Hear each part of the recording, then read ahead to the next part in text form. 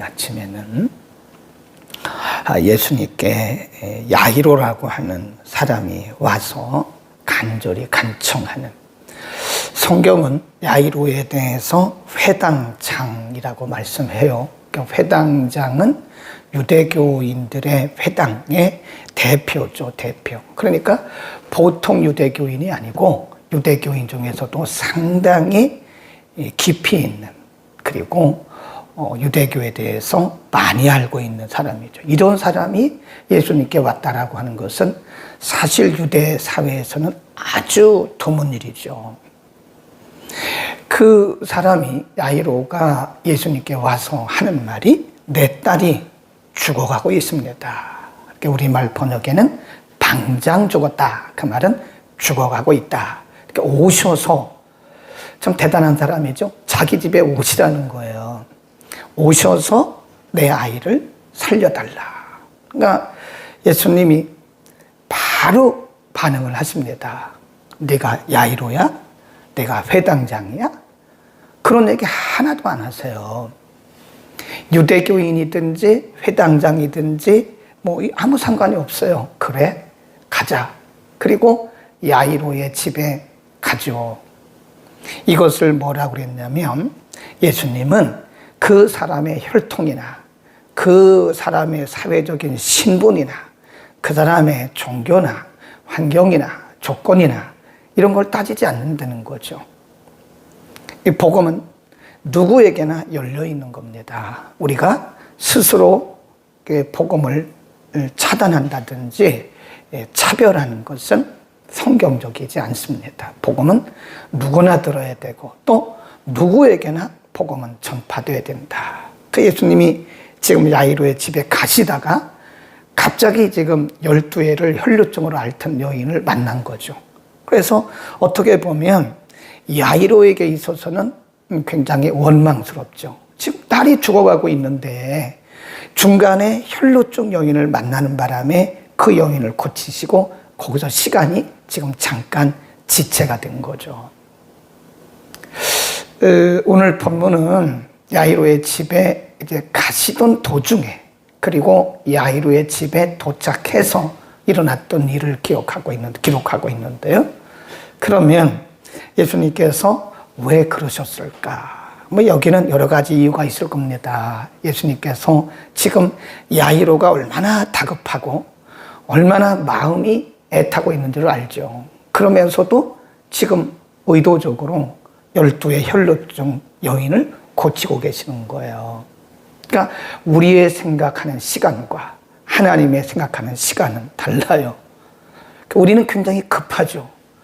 우리는 굉장히 당황스럽죠. 그러나 하나님은 급하지 않아요. 우리가 급한 거죠. 이제 야이로의 집에 가십니다. 뜻밖의 소문을 듣습니다. 35절. 아직 말씀하실 때 회당장의 집에서 사람들이 와서 가로되 당신의 딸이 죽었나이다. 어찌하여 선생을 더 괴롭게 하나이까. 지금 야이로의 마음은 무너져 내리고 있는 거죠. 두 번째입니다. 첫 번째는 12의 혈루증을 만나는 바람에 예수님이 야이로의 집에 가시는 시간이 늦춰졌어요. 그리고 지금 야이로의 집에 가는 도중에 사람들이 온 거예요. 죽었습니다. 당신의 딸이 벌써 죽었어요. 이거 정말 청천벽력이죠. 네. 한낱 아주 작은 희망을 가지고 죽어가고 있는 딸을 살리기 위해서 자기의 종교도 사회적 신분도 다 버린 거 아니에요, 지금? 응? 그 아비의 마음이라고요. 네. 모든 거를 다 버리고 지금 아주 신라 같은 그런 소망을 가지고 예수님을 찾아가서 예수님을 모시고 오는 중에 죽었다는 거죠. 죽었습니다. 더 이상 선생을 그렇게 하지 마시오.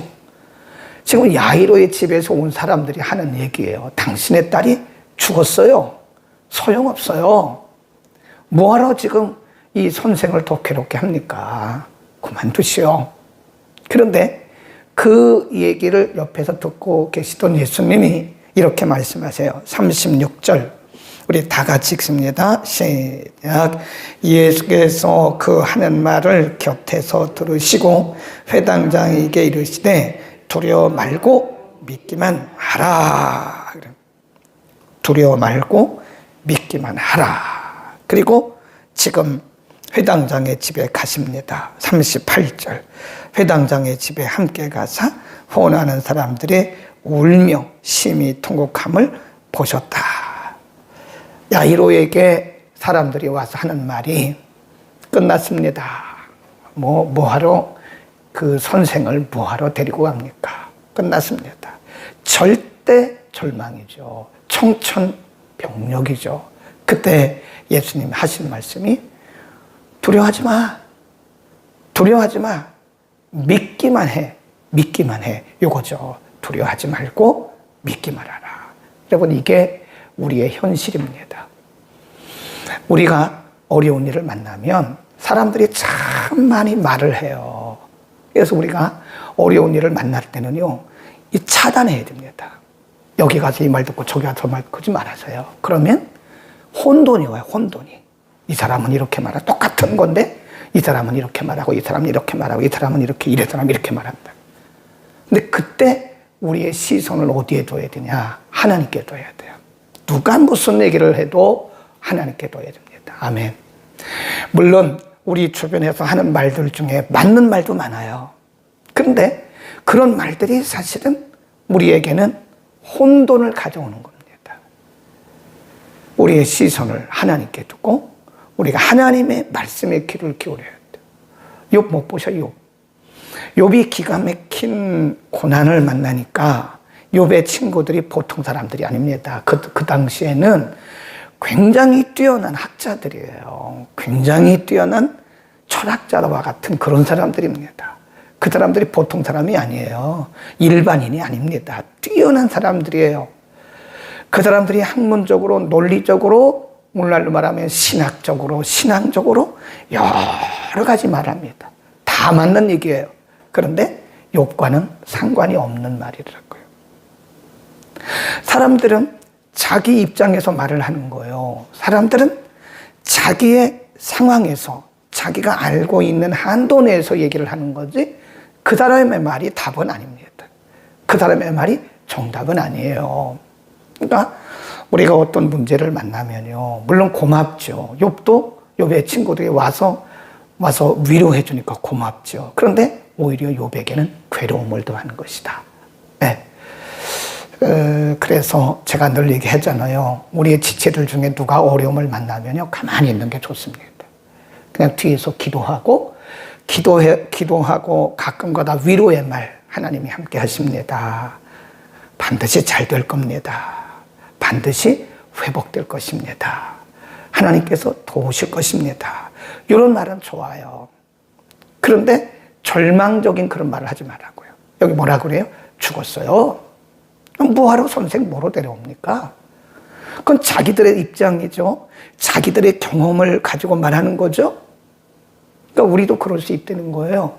우리도 위기를 만난 사람들에게 잘못하면 우리가 이렇게 한 말이 절망적인 나락으로 그들을 떨어뜨릴 수가 있어요. 그래서 우리 주변에 위기를 만난, 어려운 만난 분들이 있으면 기도하고 위로의 말만 하세요. 기도해봐. 잘못한 거 있는가. 이런 말들이 사실은 그분들에게 엄청난 뭘 주는 거예요? 상처를 주는 거예요. 하나님과의 관계를 잘 한번 살펴봐. 맞는 얘기라니까요. 그런데 그 사람에게 있어는 엄청난 2중, 3중의 상처가 되는 것이다. 내가 기도해 보니까 하나님과 뭐가 막힌 것이 있는 것 같아. 회개해봐. 그런 말도 하지만 저도 안 하는데요. 목사인 저도 기도는 하지만 그런 말은 잘 안 합니다. 네. 그런데 그런 말을 너무 쉽게 하는 거예요. 내가 기도해 보니까 내가 기도 중에 당신과 하나님 사이에 뭐가 막힌 것 같아. 그거 회개. 욥의 친구들하고 똑같은 거예요. 우리는 어떤 위기를 만났을 때 하나님께 시선을 두고 하나님의 음성을 듣기를 바랍니다. 자, 갔어요. 이제 갔더니 사람들이 혼화하면서 울고 통곡하고 있습니다. 39절 들어가서 저희에게 이르시되 너희가 어찌하여 후원하며 우느냐. 이 아이가 죽은 것이 아니라 잔다. 예수님이 우는 그 무리들에게 말했어요. 울지 마세요. 울지 말라고요. 이 아이는 죽은 것이 아니에요. 자고 있는 거예요. 그러니까 사람들이 뭐라 그래요? 40절 시작. 저희가 비웃더라. 예수께서 저희를 다 내어보내신 후에 아이의 부모와 또 자기와 함께한 자들을 데리시고 아이 있는 곳에 들어가사 그 아이의 손을 잡고 가라사대 달리다 굼 하시니 번역하면 곧 소녀야 내가 내게 명하노니 일어나라 하심이라 그랬어요. 사람들의 반응이 비웃어요. 아니 이미 죽었는데 뭘 자는 거야. 저 사람이 지금 무슨 소리 하는 거야? 그러는 거죠. 그러니까 믿음의 세계와 믿지 않는 사람들의 세계는 이게 충돌을 해요. 그러니까 우리가 믿음의 말을 하면 믿지 않는 사람들은 비웃습니다. 당연히 비웃죠. 당연히 비웃죠. 그 사람들은 믿을 수가 없죠. 이미 죽은 것을 봤는데 믿겠습니까? 안 믿죠. 현실이잖아요. 현실적으로 아이가 죽어 있는데 잔다고 말하니까 당연히 비웃죠. 그러나 예수님은 그들이 비웃는 것이나 이미 죽었다고 하는 말에 대해서 전혀 신경 쓰지 않고 집으로 들어가십니다. 집으로 들어가실 때 거기 잘 보셔야 돼요. 많은 사람들을 다 데리고 가지 않습니다. 사람들을 다 내어보내요. 그리고 아이의 부모, 그리고 누구냐 베드로, 야고보, 요한만 데리고 아이가 있는 곳에 들어갑니다. 네, 이런 것들도 우리가 잘 보셔야 돼요. 자, 여러분 다 와서 보세요. 여러분 다 죽었다고 말했죠? 그러나 내가 이 아이를 살립니다. 다 보세요. 그렇게 하지 않았다는 거죠. 예수님의 12제자 중에서도 9명은 다 뒤로 났어요. 그리고 베드로, 야고보, 요한만 데리고 가십니다. 그리고 아이의 부모만 데리고 갑니다. 이런 걸 잘 보셔야 돼요. 예. 예수님의 12제자 다를 데리고 간 게 아니라니까요. 예수님의 12제자 중에는 엉뚱한 소리 하는 사람도 있어요. 가룟유다라든지 이런 사람이 있다고요. 그래서 예수님은 중요한 일을 행하실 때는 12명을 다 데리고도 않습니다. 꼭 베드로, 야고보, 요한만 데리고 가세요.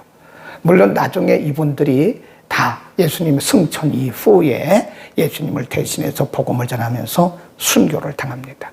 미리 보이기 위한 것도 있지만 예수님의 12제자 중에는 예수님을 이해하지 못하는 사람들이 많았어요. 그러니까 예수님은 지혜롭게 행하신 거예요. 네, 그 중에서 베드로, 야고보, 요한만 데리고 가신 것이고 아이의 부모만 딱 그렇게만 데리고 가셔서 아이가 있는 곳에 가셔서 아이에게 명령하신 거예요. 그러니까 우리가 보면 믿는 자라고 해서 하나님의 역사를 다 믿는 게 아니더라고요. 엉뚱한 소리 하는 사람도 있어요. 네, 그러니까 믿음의 이게 다 다르기 때문에 그렇습니다. 믿음의 수준이 다르기 때문에 어떤 사람들은 하나님의 전적인 역사로 믿고 감사하고 어떤 사람들은 그 부분에 대해서 의심하는 사람들도 있어요. 네, 저거 목사님이 저거 이상한 술수 쓴 거 아니야? 네, 엉뚱한 소리 한다니까요. 그러니까 예수님의 제자들 중에도 분명히 그런 사람이 있을 것이라고요. 예수님은 3명만 데리고 가요. 베드로, 야고보, 요한만. 그리고 아이의 부모만 데리고 가신 것이다. 그리고 그 아이에게 이렇게 명령합니다. 달리다 쿰. 달리다 그 말은 소녀야 그런 뜻입니다. 쿰 일어나라 그런 뜻이에요. 소녀야 일어나라. 달리다 쿰. 우리말 번역은 쿰 그랬지만 이게 쿰입니다. 달리다 쿰. 소녀야 일어나라 라고 명령하신 건 명령하고 선포하십니다. 그랬더니 42절에 보면 소녀가 곧 일어나 걸었다 그랬습니다. 예수님이 그 소녀에게 손을 댄 것도 아니에요. 가서 안수한 것도 아닙니다. 그냥 명령하신 거예요. 선포하신 거예요. 달리다 쿰. 소녀야 내가 너에게 말하는데 일어나. 죽은 소녀에게 말하는 거예요. 그랬더니 이 소녀가 곧 일어났더라 그랬습니다. 이건 우리에게 뭘 말씀하냐면요. 예수님이 생명의 주인이시라는 거죠. 생명의 주인이신 예수님. 네. 생명을 살리고 죽게 하시는, 인간의 생사화복을 주관하시는 예수님이다. 그러니까 소녀가 살아난 것 그 자체가 중요한 게 아니에요.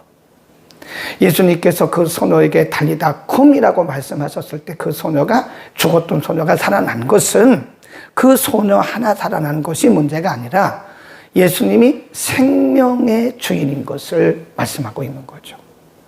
네. 어제 아침에는 12해를 혈루증으로 앓던 여인에게 예수님께서 내 믿음이 너를 구원했다라고 말씀하시고, 그 여인이 손을 대는 순간 예수님께서 능력이 나갔어요. 그 즉시 그 여인이 예수님의 옷에 손을 대는 순간 그 혈루의 근원이 말랐다. 성경이 그렇게 기록하고 있거든요. 그것은 예수님이 이미 말씀하시기 전에 벌써 나았어요. 그 여인이 손을 대는 순간 혈루의 근원이 나은 겁니다. 그것은 우리에게 뭘 말씀하는 거죠? 여인이 고침받은 그것도 중요하지만 예수님이 누구냐?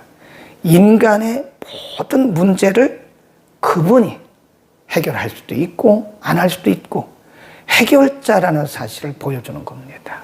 여러분, 오늘도 우리 가운데 달리다 쿰 할 부분이 많아요. 일어날 부분. 달리다 소녀야 쿰 일어나라. 그러니까 우리 중에도 일어나야 할, 깨어나야 할 부분이 많아요. 영적으로 죽어있는 상태에서 일어나야 돼요. 육적으로도 매여있는 상태에서 일어나야 돼요. 우리가 일어나고 깨어나야 할 그런 부분들이 많습니다. 오늘도 우리가 자신에게 명령해 보세요. 예수 이름으로 내가 명하노니, 내게 아직도 매여있는 것으로부터 내가 풀어질지어다. 예수 이름으로 명하노니 내가 아직도 매여있는 것에서 자유할지어다. 영적으로, 육적으로, 혼적으로. 어떤 부분들은 마음에 매인 부분들이 있어요. 네, 마음에 매여있어요. 어떤 분들은 영적으로 매여 있어요. 어떤 부분들은 우리가 육적으로 매여 있어요.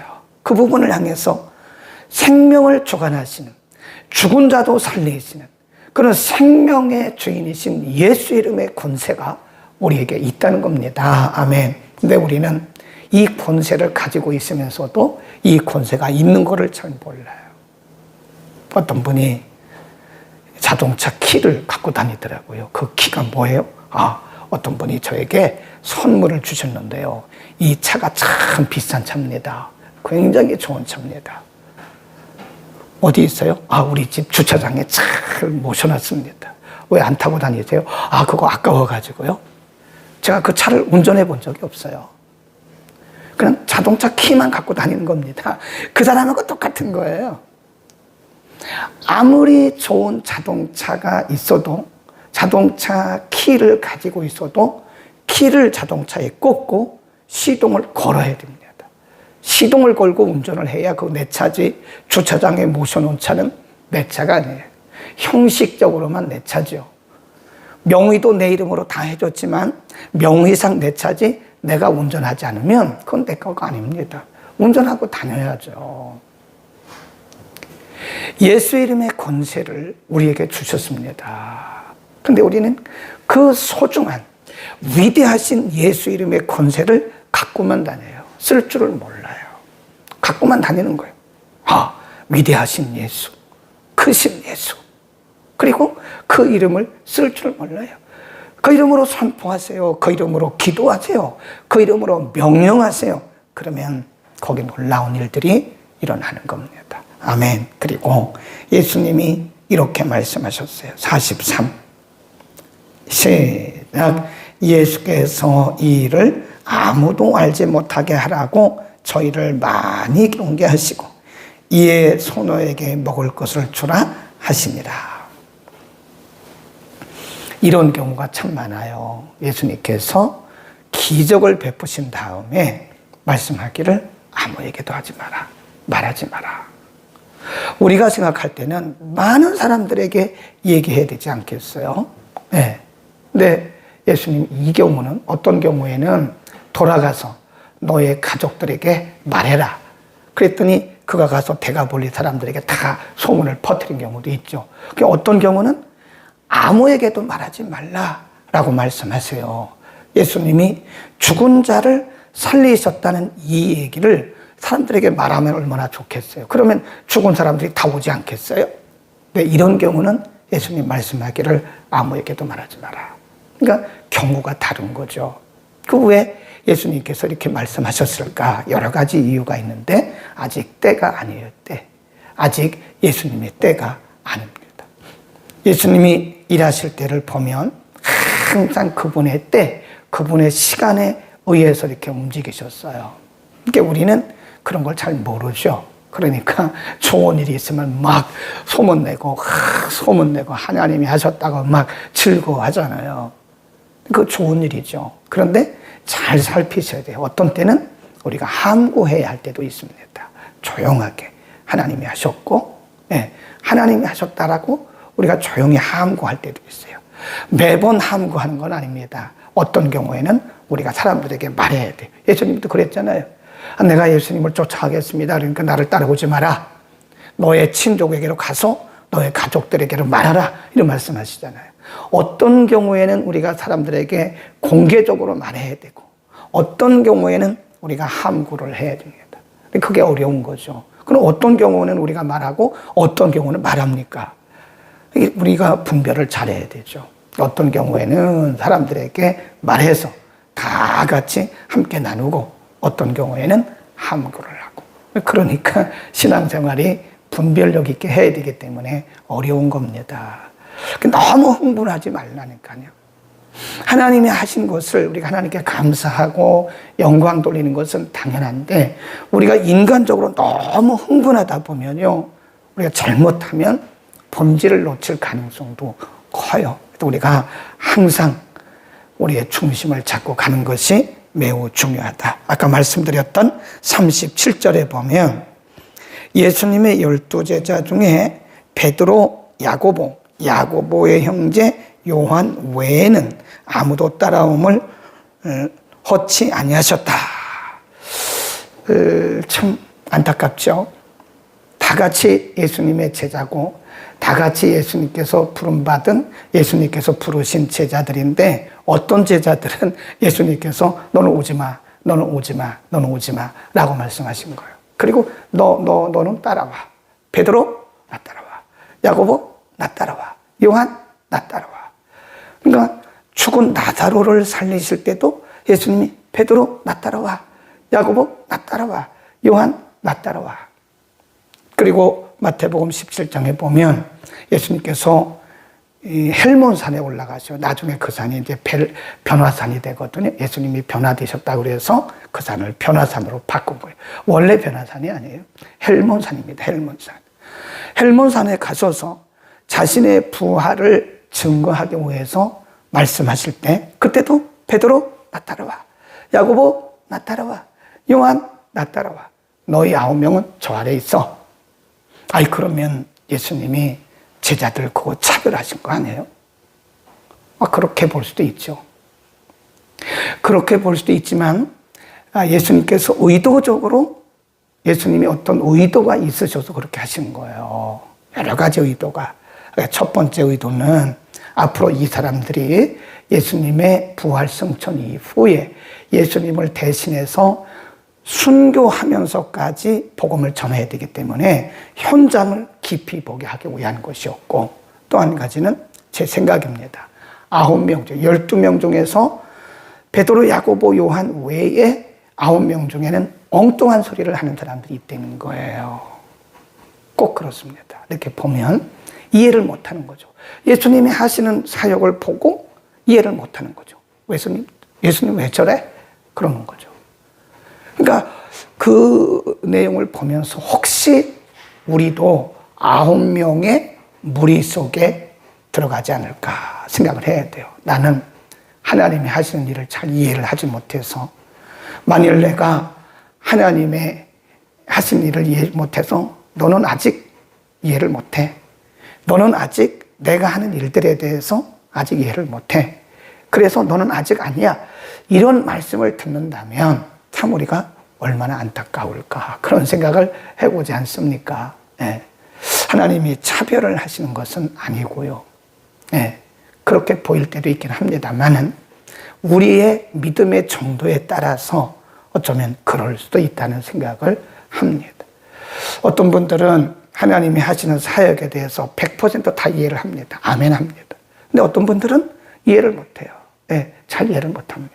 그러니까 어쩌면 9명의 제자 속에 들어갈 수 있는 거예요. 네, 우리는 우리의 신앙을 한번 잘 돌아보시고 혹시라도 내가 9명의 제자에 들 수 있는 게 아니냐, 들어있는 게 아니냐, 예수님이 하시는 일을 잘 이해를 못하고 아직도 어린아이 같은 그런 육적인 생각을 갖고 있는 것이 아니냐 한번 생각해 봄직도 합니다. 기도하겠습니다. 거룩하신 아버지, 오늘도 청천벽력 같은 소리를 들은 야이로에게 한낱 신락 같은 소망을 가지고 모든 것을 다 버리고 예수님을 찾아갔고 반드시 예수님과 함께 죽은 딸을 살리기 위해서 오는 야이로에게 이미 죽었다라고 청천벽력 같은 소리를 들은 야이로처럼 우리도 세상을 살아가면서 우리의 생각과 우리의 뜻과 우리의 계획과 우리의 경험과는 다른 일들을 만날 때가 많습니다. 절망 중에 있는 야이로에게 두려워하지 말고 믿기만 하라고 말씀하셨던 주님, 오늘도 우리 주변에서 들려오는 여러 가지 사람들의 소리에 귀 기울이지 말게 하시고 살아서 역사하시는, 지금도 살아서 역사하시는 우리 하나님의 음성에 귀를 기울이게 하옵소서. 이 아이가 죽은 것이 아니라 잔다고 말씀하셨을 때 많은 사람들이 비웃었던 것처럼 하나님의 역사의 세계는 사람들이 다 이해할 수 없기 때문에 비웃을 수도 있습니다. 그러나 하나님이 하시면 하실 것을 믿고 우리는 하나님께 시선 두고 하나님 말씀에 귀 기울이도록 우리에게 은혜를 베풀어 주옵소서. 오늘도 어려움 중에 있는 우리 지체들이 많습니다. 하나님, 저들을 찾아가서 위로해 주시고 달리다 쿰이라고 말씀하시며 소노에게 명령하여 살리셨던 것처럼 어려움을 만나고 있는 우리 지체들 찾아가소서. 저들을 일으켜 세우시고 회복시켜 주시고 치유하여 주옵소서. 예수 그리스도의 이름으로 기도드립니다. 아멘.